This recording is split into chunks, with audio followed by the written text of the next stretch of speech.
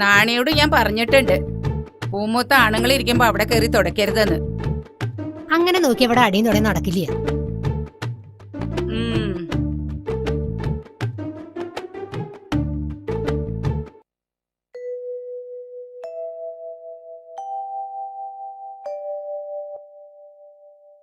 എന്താ ചാത്ത എത്തി നോക്കണേ?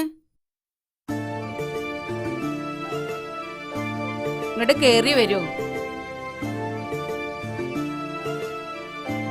വേണ്ട വേണ്ട, അവിടെ നിന്നാ മതി. കോരഞ്ചക്കം പനിച്ചു കിടക്ക.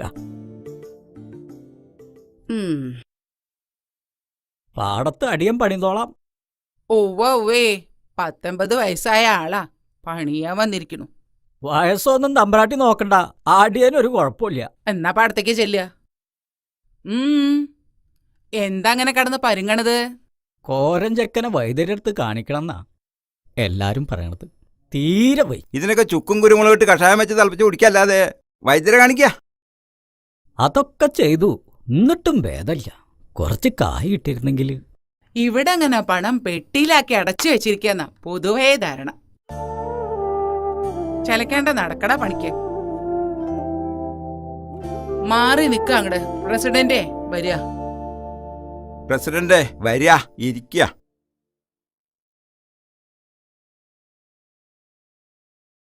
ഇരിക്കുക. ഇത്തിരി സംഭാരം എടുത്തോളൂ.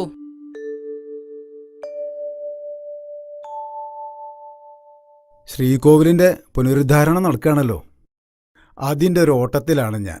ഇവിടുന്ന് ഒരു സംഭാവന കിട്ടുമെന്ന് പറഞ്ഞിരുന്നു. അതിനെന്താ, ഇല്ലെന്ന് എത്ര വേണ്ട അതങ്ങോട്ട് പറഞ്ഞാ മതി. 1000 ഉറുപ്പിക എടുത്ത് കൊടുക്കുക. അത് മതിയാവോ പ്രസിഡന്റ്? ഭഗവാന്റെ കാര്യത്തിൽ പണം എത്രയായാലും അത് വാരിക്കോരി തരുമെന്ന് എനിക്കറിയാലോ. ഉപ്പ് കൂടിയൊന്നാവോ? എന്നാ ഒരു 2000 ഉറുപ്പിക എടുത്ത് കൊടുക്കുക. ആയിക്കോട്ടെ.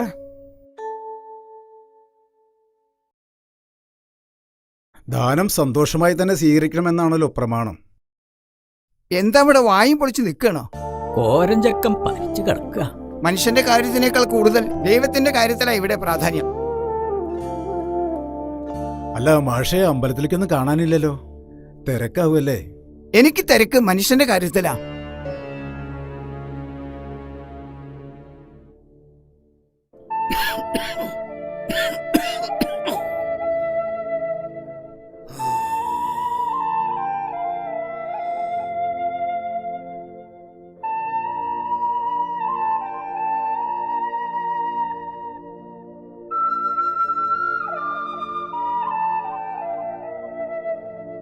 ദേവരെ, തീ പോലെ പൊള്ള പനിയാണല്ലോ, എന്നിട്ടാ പണിക്ക് പോണത്?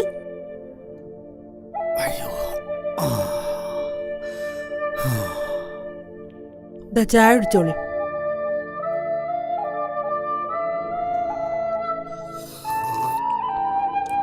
സാരല്ല, പണിക്ക് പോയില്ലെങ്കിൽ പാടത്തെ പണി അവിടെ കിടക്കും. പണി വയ്യാത്ത അപ്പനല്ലടി പണിക്ക് പോണ്. ഇജ്ജ് മിണ്ടാതൊരു ഭാഗത്ത് അവിടെ കടന്നോ. ഇക്കിപ്പ 80 ആയിട്ടുള്ളൂ. ഇളിക്കൊന്നും വേണ്ട. എന്നോട് കൈക്കോട്ട് പണിയിൽ മുട്ടപ്പാടെ ഒരു ചേർമനായിട്ടില്ലടി. ആ ഇതാ പെരട പിന്നിൽ കൊണ്ടച്ചാ. ആ ഇനി പയങ്കഞ്ഞി ഉണ്ടെങ്കിൽ എടുത്തേക്കടി. മൂത്താരെ പറമ്പെന്ന് ചീനമുളക് കുറച്ച് കിട്ടിയിട്ടുണ്ട്. എന്നാ പിന്നെ ഞാൻ കൂടെ പണിക്ക് വന്നാലോ? ഡാക്ടറെ കാണാൻ കായുണ്ടാവുമല്ലോ. വേണ്ട നീലി, ഇജ്ജ് അങ്ങോട്ട് പണിക്ക് പോണ്ട. തമ്പുരാന്റെ കണ്ണ് ചീത്ത കണ്ണാ. ഞാൻ അവിടെ പലതും കാണുന്നുണ്ട്. ആ മഞ്ചളുട്ടിയുടെ അനിയനല്ലേ ഇത്? എന്താപ്പോ മൂത്താരുട്ടി ഈ വഴിക്കൊക്കെ ആവോ? അമ്മാവ എന്നെ അങ്ങനെ വിളിക്കല്ലേ, എനിക്കൊരു പേരുണ്ട്, രാമൻകുട്ടി. ഇത് മാഷ് തന്നയച്ചതാ. നമുക്ക് എത്രയും പെട്ടെന്ന് കോരൻ ചേട്ടനെ ആസ്പത്രിയിൽ എത്തിക്കണം.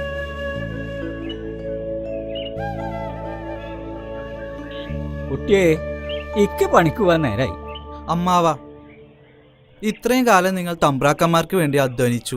ഇനി കുറച്ച് വിശ്രമിക്കാം. കർഷക പെൻഷൻ പാസ്സായി വരൂത്രേ. എല്ലാം മാഷ് പറഞ്ഞയച്ചതാ. അപ്പ മാഷ് പറഞ്ഞാ പിന്നെ അതിനൊരു എതിർവാക്കില്ല. നിങ്ങൾ ഇനി പണിക്ക് പോണ്ട.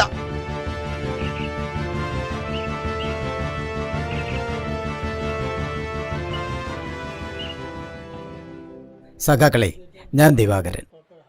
മാഷ് എന്നെ ഏൽപ്പിച്ചിരിക്കുകയാണ് എല്ലാ കാര്യങ്ങളും. പാർട്ടിയുടെ തീരുമാനപ്രകാരമാണ് ഞാനിവിടെ എത്തിയിരിക്കുന്നത്. ഇനി നിങ്ങളുടെ എല്ലാ പ്രവർത്തനങ്ങൾക്കും ഞാൻ നിങ്ങളുടെ കൂടെ ഉണ്ടാവും.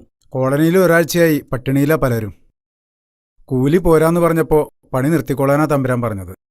ഇങ്ങനെ പോയ നമ്മൾ വിളിച്ച പലരും വരാണ്ടാവും. കുറഞ്ഞ കൂലിക്ക് പണിയെടുക്കാൻ കോളനി ആൾക്കാരുണ്ട്. പഠിച്ചത് മതി, അച്ഛൻ പണിക്ക് പോയി തുടങ്ങാനാ പറഞ്ഞത്. അച്ഛൻ വയ്യാണ്ട കടപ്പിലാ. ബാലകൃഷ്ണ, പഠിക്കണ കാലത്ത് പഠിക്കണം. നിനക്ക് എന്ത് സഹായത്തിനും ഞങ്ങളുണ്ടാ കൂടെ. അതെ, കാര്യങ്ങളെല്ലാം മാഷ് എന്നോട് പറഞ്ഞിട്ടുണ്ട്. പണിയെടുത്ത അധ്വാനത്തിന് ന്യായമായ കൂലി നമുക്ക് വേണം. പിന്നെ കോളനിയിലെ എല്ലാ കുട്ടികളും സ്കൂളിൽ പോകണം. ഇവരുമായി കൂട്ടുകൂട്ടരെന്ന വീട്ടിൽ നിന്ന് പറയാറില്ലേ? കോളനിയിൽ നിന്ന് പലരും രഹസ്യമായി വീട്ടിൽ നിന്ന് പോവാറുണ്ട്. ഇത് ഗോപി. ചുരുക്കി പറഞ്ഞ നമ്മുടെ എതിരാളി കാര്യസ്ഥന്റെ മോനാ. ഇപ്പം നമ്മുടെ കൂടെ. നല്ലത്. നല്ലതിനെ തിരിച്ചറിയാനുള്ള വിവേകബുദ്ധിയുള്ള നിന്നെപ്പോലുള്ള കുട്ടികളാണ് ഇനി നമുക്ക് വേണ്ടത്. അടുത്ത ദിവസം ഞാൻ കോളനിയിൽ വരുന്നുണ്ട്. അന്ന് എല്ലാവരെയും കാണാം. കുട്ടിക്ക് പേടിയാണെങ്കിൽ നീലി പറഞ്ഞോളാം. അതൊന്നും വേണ്ട, മാഷ് സമ്മതിക്കില്ല.